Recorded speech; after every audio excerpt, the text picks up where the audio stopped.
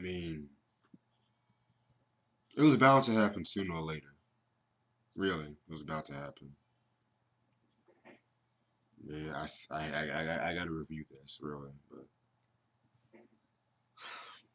why do rappers make sequel albums? Like really, why do rappers make sequel albums? There's been a few, and when I mean a few, I mean a slight few that actually did work.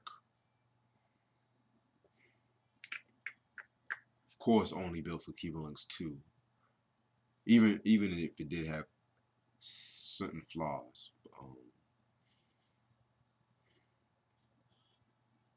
Peach Instrumentals 2, of course, that was a dope one. Very good one.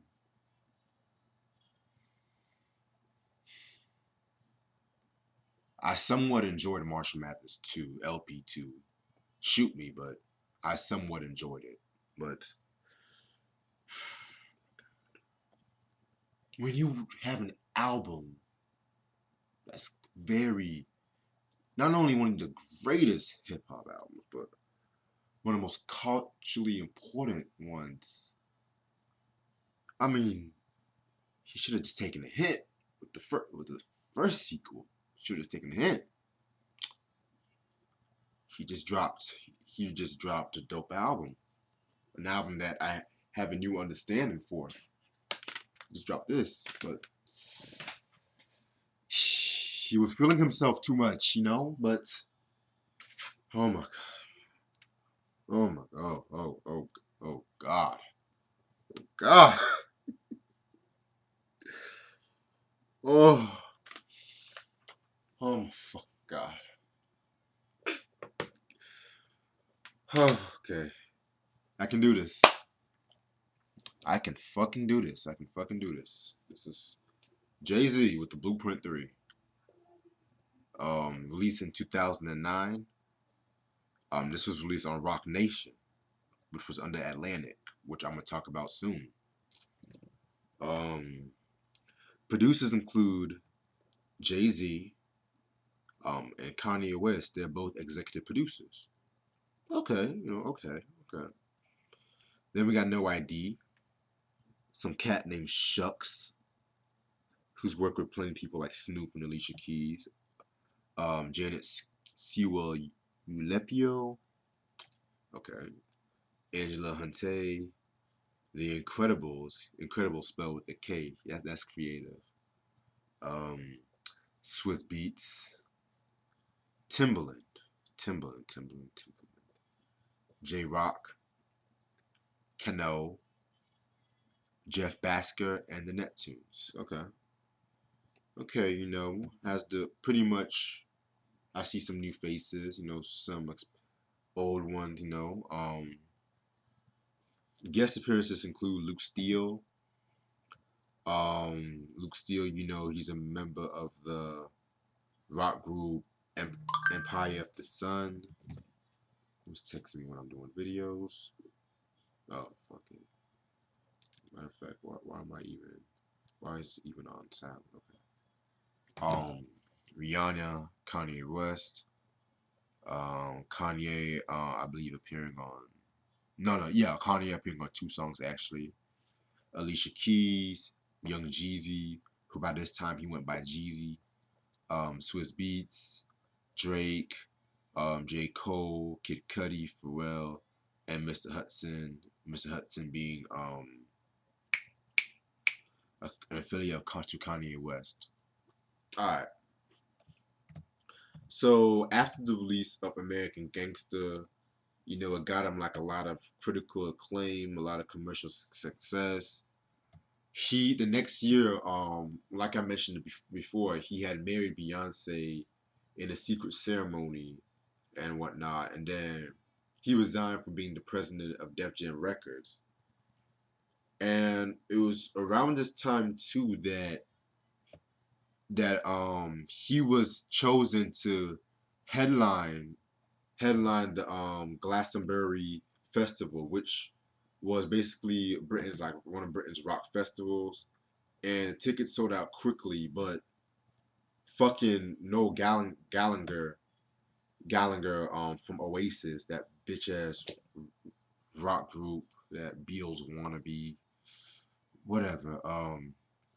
He criticized Jay-Z and whatnot, saying that hip hop doesn't belong at the festival, and so um, Jay-Z automatically killed the crowd, and he opened his song with the cover of fucking Wonderwall and whatnot and shit like that, and the crowd loved it. And that was a big moment for hip hop because I think he was the first rapper to headline that festival.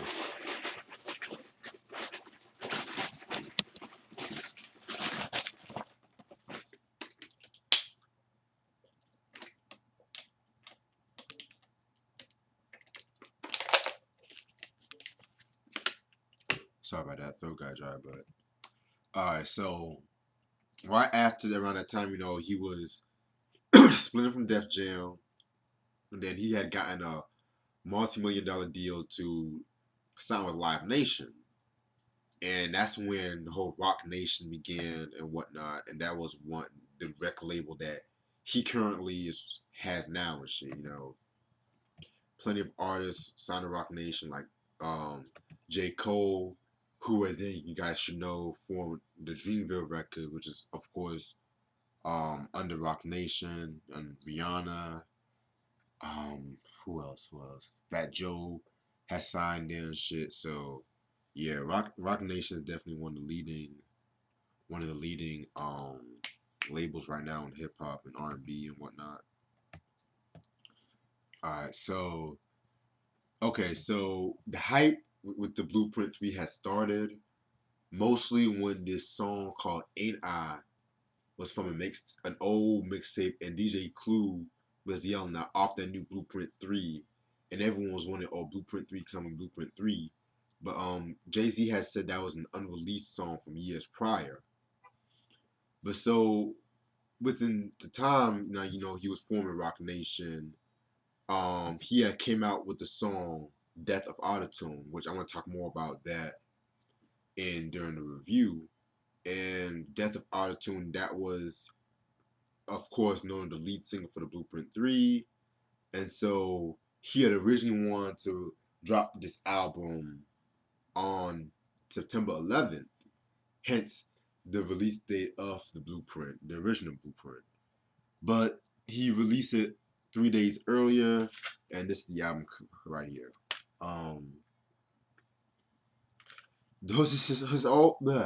his whole idea for this album is like to be ahead of his peers and whatnot, and to be futuristic, very futuristic and shit. So hence the album cover, not very dope album cover and shit like that.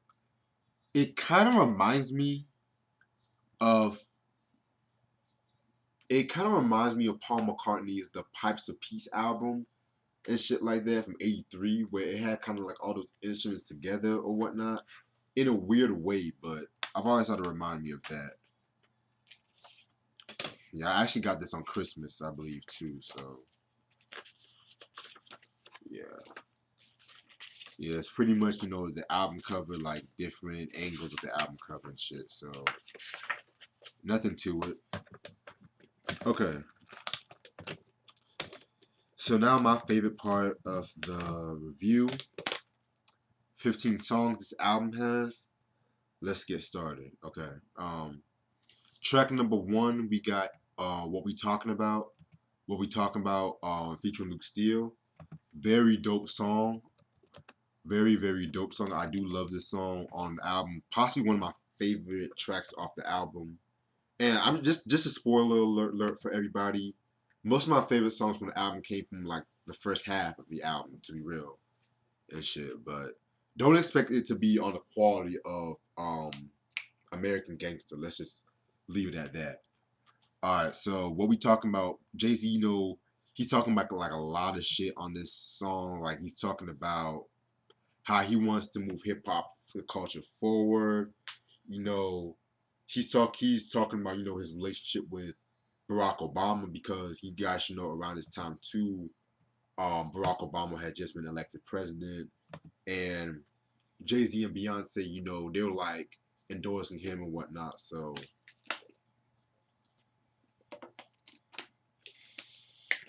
And like yeah, so I felt that was pretty cool. Interesting story about the song was like it kind of reminds me of the song 22 Twos. And the reason why I say that, the song Off Reasonable Doubt, by the way. And the reason why I say that because he used the word talking like 27 times, according to Rap Genius and shit. So, like, he said some shit like, what we talking about real shit or we talking about rhymes? You talking about millions or you talking about mine? What we talking about? Because I ain't got the time for what people be talking about all the time. You know, having that rhyme pattern and shit like that, and then emphasizing the word talking and shit. So felt that was pretty cool. And then the second verse, you know, he just goes in on the second verse. You know, he doesn't use that talking scheme whatnot. He just talking about some braggadocio shit like, and how like cats are still like he's talking about how cats should just move forward with hip hop too, and so he has a lot like has lines like still can't focus on them. They be talking about me, talking about what I wear, talking about where I be. Check out my hair, these ain't curls, these JPs. PZ heads still get paid. I'm combing through G's. Please, we ain't focused on naps, cause I don't run rap no more. I run the map. Like very dope way to begin the album and shit. You know, yeah, and Kanye and No ID produced this song too. They used a very dope Frederick Mercier sample and shit like that. So I love the way how they made it like sound so very like futuristic. Like it kind of reminds me of the shit that he did on the Graduation album or whatnot. So yeah, okay, that's enough about what we talking about. Track number two, Thank You. When I first heard this song, to be honest, I did not like it. When I first heard it, but over the years, I've looked at it and I just often kind of saw it as like one of the better songs off this album. This is the second song that Kanye and No ID produced and shit like that.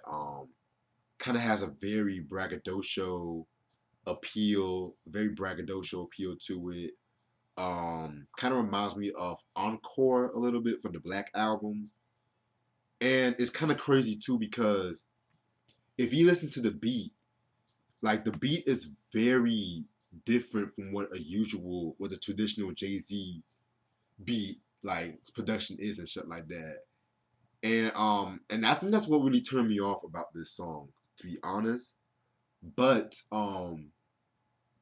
I saw an interview No ID had put out, and he said that Kanye was actually helping telling Jay Z how to approach the beat and shit like that. So I thought that was pretty cool and shit. So otherwise, Thank You, very good song like that.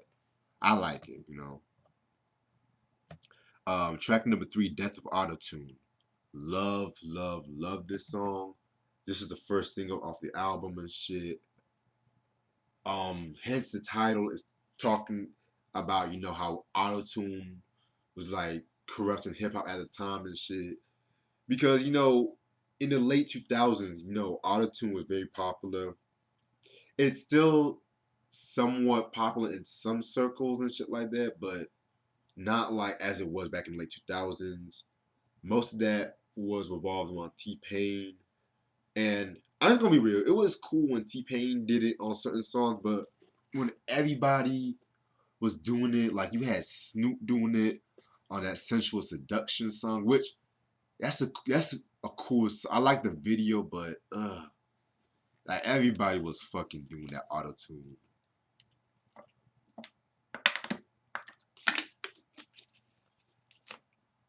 And Jay Z, being the trendsetter that he was, he opposed like the first attack on the autotune song and shit. And it's kind of crazy too because um Kanye was the executive producer of this whole album and shit, and his album that he dropped the previous year, 808s and Heartbreak, that was very auto tune heavy and shit like that. Which that album to me, it's an acquired taste to some, but I mostly like it for the production. It has like a very dark pop feel to it. I don't really care for the auto tune that much, but I mostly like for the production and shit. But that's another story for a different day. Um, And it was kind of crazy because like they somehow were like trying to like do this, have this great awakening and whatnot about the Evil's auto tune when they were making this album and shit. And this song actually got Jay Z beef with T Pain too because T Pain he had dropped a song called Karaoke off the Three Rings album from 2008, where he was dissing people that was using his autotune style and shit like that. Um, so he kind of felt like Death of Autotune was just a shot against him, but they squashed the beef and stuff. But still, Death of Autotune, very cool song and whatnot. You guys, there's plenty of remixes was done to this song. My personal favorite one was the AZ remix. If I find it, I'll post it on the description and shit. Track number 4, Run This Town, featuring Rihanna and Kanye West. Oh god. This was a song that got overplayed. Oh jeez, this song got overplayed a lot of times it got overplayed, but yeah, this song right here was pretty much just the promotion of the Rock Nation about how they gonna run the rap game and shit. I can't stand this song. I can't stand Rihanna's chorus. I can't stand. Ugh, it was just trash. And it's crazy because this song was actually won best rap song in the Grammys. I'm like, how? Jesus, but to each his own, though. To each his own. Um, Track number 5, Empire State of Mind, featuring Alicia Keys. Is the song overplayed? Yes, it is overplayed, but I can't admit. I like this song too. Um, Originally it was supposed to have been Mary J. Blige that was originally supposed to have been for the song, and I think Alicia Keys had made the piano, and I think it was either Jay or the producer Shucks that requested Alicia Keys to just be on a song and shit like that. So yeah, I do like the song and stuff like that. And it's crazy because Alicia Keys had actually made a part 2 of this song off the Element of Freedom album that dropped in that same year too and stuff. And that version there is very dope too. It kind of takes on a different approach. I'm mostly talking about like a relationship, but still a pretty cool song. Track number 6, Real as It Gets, featuring Jeezy, my favorite song off this album. And it's kind of crazy because I was kind of very skeptical about Young Jeezy and Jay Z doing a song together, but they both did their thing. Jeezy definitely did his thing on this song. Um, it kind of talks about how both of them have their past, their drug dealing past, and with this song too, they're just talking about how they're more successful now, they're more wiser and whatnot. Um, I first saw this song in the BT Hip Hop Awards. They both performed it. That was a very dope performance as well too. If y'all can find it, I think it's on YouTube as well. Peep that. Um, I liked when GC was saying some shit like, and I know you about to say this off the chain. Tell them fake trapping ass niggas they are my lane. See, I ain't dead or in jail. I can't complain. Or when with these fake niggas gone, I shall remain. And if you just tuning in, let me explain. I keep that 47 Uday Hussein. These niggas way too far. I play the game. And if you listen hard enough, I say some things. Like, then he went in and then I like the line where Jay was saying some shit like, 100 million to the good, and I'm still talking yayo at a snail's pace. I won this race that y'all trail. Blueprints for sale, following my footprints. We can't fail. Said still, I used to duck shots, but now I eat quail. Like, whew, man. And the Incredibles actually made that beat too. So, and it was actually the only beat for this they made for this album. And so, yeah, that's a very dope song. That's Real as It Gets. Track number 7, on to the next one featuring Swiss Beats. Oh man, okay. Um, oh, also, actually, I forgot to mention one thing about Real As It Gets. That song was I believe it was originally supposed to have been for the Thug Motivation 103 that Jeezy was originally supposed to have put out. I think at that time. Hold up. I gotta do some research.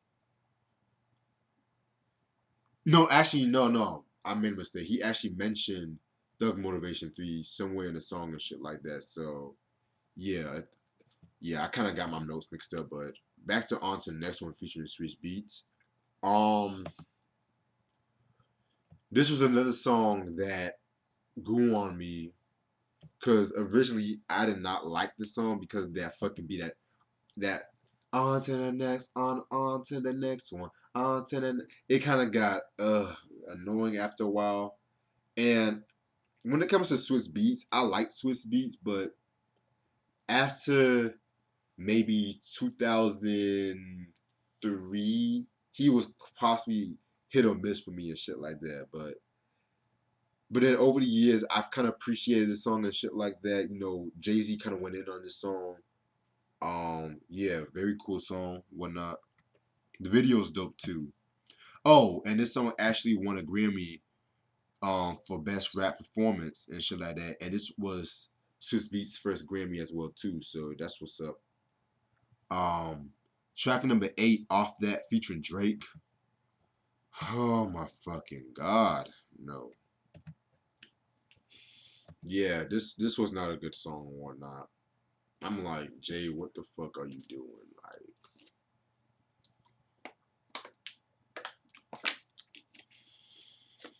and Drake heavily just released a Thank Me Later joint, and this should have been on the Thank Me Later album or whatnot, cause this is one of the songs that Timbaland fucking produced and shit. And I'm just gonna say this right now, I'm kind of disappointed with some of the beats that Timbaland put on his album, but I'm gonna save that until after the end of the review. Yeah, man, I just was not feeling this song right here and shit like that. It falls with the concept about being ahead of everybody else, but still like, ugh. And just Drake alone, man. And it's crazy how they kind of had like a little semi rivalry like a couple of years after this song, but it is what it is. Track number 9, A Star Is Born, featuring J.Cole. This is probably another one of my favorite songs off this album, and believe it or not, this is really one of the first time. This is my first time that I heard J. Cole and stuff like that. Um, yeah, with this song, he's kind of bigging up um all of the rappers like in the past and present. Like he's giving shout outs to people like Outkast, Snoop Dogg. He gives shout out to, Mobb Deep. I think Missy Elliott as well too. And then with the third verse, the fourth verse, he's basically passing the torch to J. Cole and whatnot, talking about, J. Cole, being the next rap big thing. And you gotta be give it to J. Cole and whatnot because he definitely like laid his mark in hip hop and whatnot, just his work alone, like the Friday Night Lights mixtape, 2014 Forest Hills Drive, Born Sinner, KOD. I wasn't really too keen on For Your Eyes Only. I know a lot of people like that album, but I didn't really too care for it too much.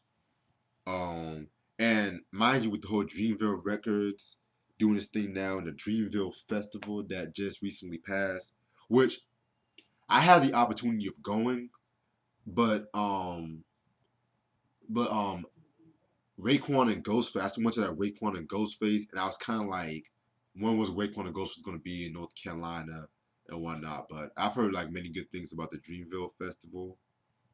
So yeah, I feel like J Cole definitely did his thing too, and like Nigga went platinum how many times in his album? Like one of the few rappers that's actually going platinum. But yeah, Stars Born, definitely very good song and shit. Track number 10, Venus versus Mars. It's not credited, but Beyonce is featured on the song too. Oh my fucking. Why do these two keep doing music with one another? I mean,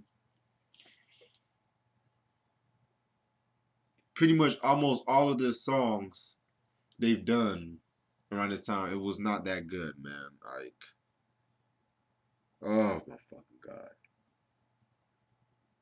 I'm gonna save my thoughts on the Carter's album. Wait till Perfect Day for that one, but yeah, man. And the reason why he called this Venus versus Mars is because of the fact that it's supposed to be based off, like Venus is supposed to represent the Roman goddess of love, sex, and beauty, while as Mars was talking about the Roman god of war. And yeah, it's supposed to be talking about how Venus, even though like if you guys know like your Roman mythology or whatnot, however you want to call it, Venus was supposed to be married to this god named Vulcan and shit like that, but she liked to have many affairs with Mars, and it just kind of it is kind of like telling a story about something that kind of happened fun, but it got turned ugly and disgusting and shit like that. On paper, it sounded good on paper, but again, lots of things wrong with this song. The Timbaland beat, like, I just didn't really care for. I didn't even care for some of the lyrics and shit like that. Like, he had this one line, um, kind of playing on Tupac and Biggie, talking about Shorty play the piano, me I play with white keys. Shorty from the south, oh I think she like me. Shorty, not that this nigga's trying to quote the damn franchise boys. What the fuck, Jay Z? What? Okay, I'm sorry, I had to do that, but Shorty from the south, oh I think she like me. Shorty like Pac, me Big Papa. She's screaming, hit him up. I'm screaming, who shot you? Like, what? Ah, oh, my fucking god, man. Oh my fucking god, man. It's like my fucking god. And then the chorus. Don't get me started on the fucking chorus. Shorty get it in, but daddy go hard. Shorty get it in, daddy go hard. Shorty get it in, but daddy go hard. Shorty get it in. Like, what the fuck? What the fuck is this shit? Like, it's both Jay-Z and Beyonce just doing that. Oh.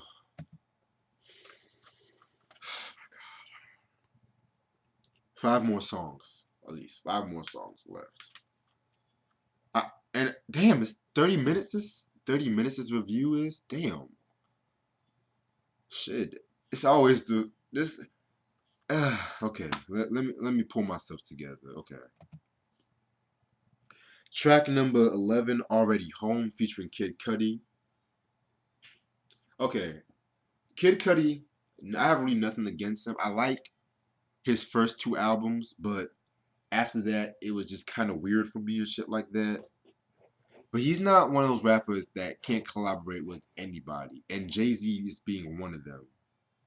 Like, I put it to you this way: this song invokes the same feelings as a dead baby.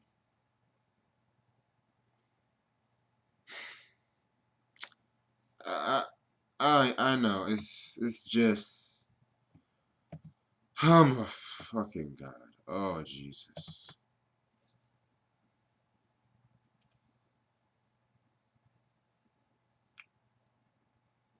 This is a braggadocio. I'm just gonna leave it right there. Okay. Track number 12, Hate, featuring Kanye West. Oh, Kanye is another person that Kanye is another person that kind of disappointed me on this album because while he doesn't disappoint me as much as Timbaland, but this song was not their usual standards and shit. Really, were not their usual standards because like the song "Hate" that's talking about the dislike for haters and shit like that. Um, fucking Kanye's. This is just Kanye's first verse. How much they hate it vary. Kiss girls like Katy Perry. I am never sprung, but I spring Jerry. Ugh. Don't try this at home. Results may vary. King like T.I., but in the shy Larry. Like, fucking, what the fuck is this shit, man? Really? Oh man, but you guys, these guys are known to make better shit than this. Very much better shit than this. And it was I don't know if Kanye was using autotune or making his voice sound autotunish, but this song pretty much sounds like an 808s and Heartbreak outtake too. So yeah. Um Track number 13, Reminder. Okay, Reminder. Who produced this one? Again, Timbaland and J-Roc produced this one. And I don't know if it's just me, but this song kind of sounds like one of Eminem's mediocre beats. It's another horrible song and shit like that. Another horrible song. Um, yeah. I don't even remember this song, but I just remember the bad beat. Track number 14, So Ambitious featuring Pharrell. You know, sometimes I give too much. I have to agree. I give too much hate, dislike for the Neptunes at times, especially during the previous two Jay-Z reviews. But when they do some good productions and good shit for Jay, they do good shit. This is one of the better songs again off this album, and hint hint, this is one of Pharrell's better choruses. Cause I said on the American Gangster, I don't like when a nigga does choruses because he make it so basic with the song. I know, like, and I know, and I know, and I know, and I'm like, shut the fuck up, Pharrell. Like, but yeah, this song is very dope. I like this song. This is shit that should have been mostly played on a blueprint, and yeah, man, like it's just how he's so ambitious, had this hustler mentality and whatnot. So and it uses a classic Minnie Riperton sample too. Very dope usage of it. And the last track, Young Forever, featuring Mr. Hudson singing. Um, Young Forever. Okay, so it's you guys should know it uses the Alphaville sample Forever Young, and again mixed feelings on this song. Um, Conceptually wise and structurally wise, I like the approach that he did with the song. Talking about how age, we should live life to the fullest and shit like that. But again, I don't like how when they use a sample and the sample is pretty much the fucking beat, the beat of the song and shit. So that's my only gripe on Young Forever. But it's a nice way to end the album and shit, I guess.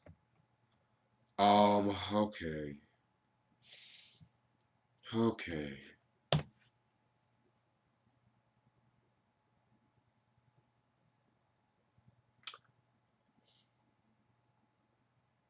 I hate to say it, but this is not a good album. This is really, really not a good album. And I'm a J I'm a Jay-Z head. Like I like most of Jay-Z's albums, and I have been very honest and critical on certain ones. I'm not scratch that on all the ones that I have been I've reviewed thus far. But when I say I was very disappointed with this album, I was very, very disappointed with this album. I mean,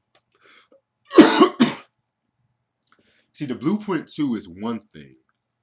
the Blueprint 2 is one thing because even though I have my raps about that, the second disc of the Blueprint 2, I like the majority of those songs, and I it's still like one of my least favorite Jay-Z albums, but it's kind of, I would say, mediocre, you know. But when I say this album is not good, I mean it's not a good album. It makes the Blueprint 2 like the Blueprint, and it's very crazy because like when I heard Death of Auto Tune, when I heard Empire State of Mind, I was very hyped for this album and shit. Like, and then and even like it's crazy because the album won so many Grammys. This album won so many Grammys, so many awards and shit. Um, it actually made history too because this became his 11th number one album, and he had beat Elvis's record for the most number one albums and shit like that. So big ups to him and whatnot. But when people say like this was in the top 10 albums of 2009, I'm just like, really, like. And don't get me wrong, like when I say I like Jay Z, I like Jay Z. I'm very honest, but this whole album is just so cringeworthy in some parts and shit. Like I feel like this album and Kingdom Come are tied as probably my least favorite Jay Z albums. I'm gonna talk about Magna Carta and possibly sometime next month and shit because I know I'm gonna do 444. That's gonna be a live review and shit. I can already tell y'all that right now because I have like a lot of shit to say about that album. But and let me talk about the production too because I want to talk about Timbaland.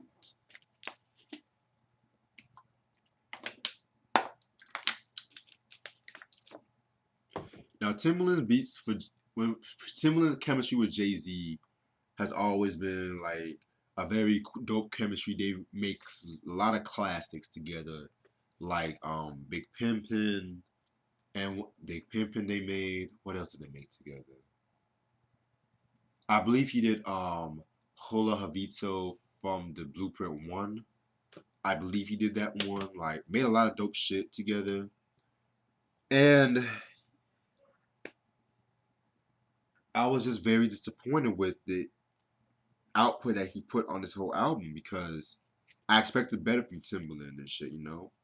Expected better from Timbaland. And it's kind of crazy because very crazy because even Kanye West on this album too, he was hit or miss on this album.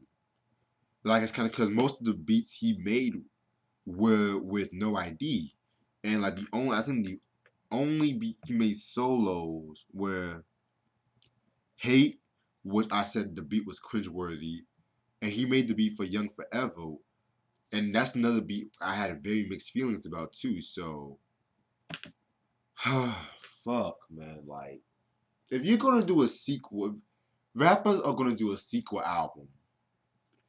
Get the same producers that you've done with the fucking previous album and whatnot.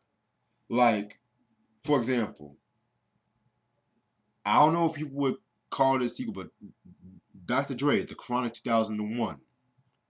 Um, Very classic album, very dope album and shit like that. You know, it was still, the Chronic and whatnot. Like, I wouldn't say it's my favorite album. I think the honor goes to Chronic, but I feel like very dope album, and it was very ahead of its time by the way the production and everything like that, way ahead of its time. Like the drum patterns and whatnot. What else? What else? But then if you have like a sequel like Reflection Eternals Train of Thought 2, like which was High Tech and Talib Kweli, in case you guys were wondering. Like that was another one I was just very disappointed by too, man, because they try to go for that more commercial, well, not like commercial, but more like mainstream, but underground tendencies and whatnot, and that can only work for a few. that can only work for like a few rappers and whatnot, like the Roots being one of them. But it can't work for everybody. Really can't work for everybody because the first train of thought was a bona fide hip hop classic, like the production, like one of some Talib Kweli's best songs he's ever done. But then once you got to train of thought two, was just when, it was just when everything was just not really that good. I mean, had some decent songs, but it was just a disappointment. Not only did he try this the second time, but he tried to like the Blueprint 3, man. It's just I know I'm rambling on and on and on about this album. I'm about to end it off soon, but I just have to really make this note, really. So would he improve with Magna Carta? Stay tuned on that. Other words, it's your boy Reg here. Thank you guys so much for watching. Peace.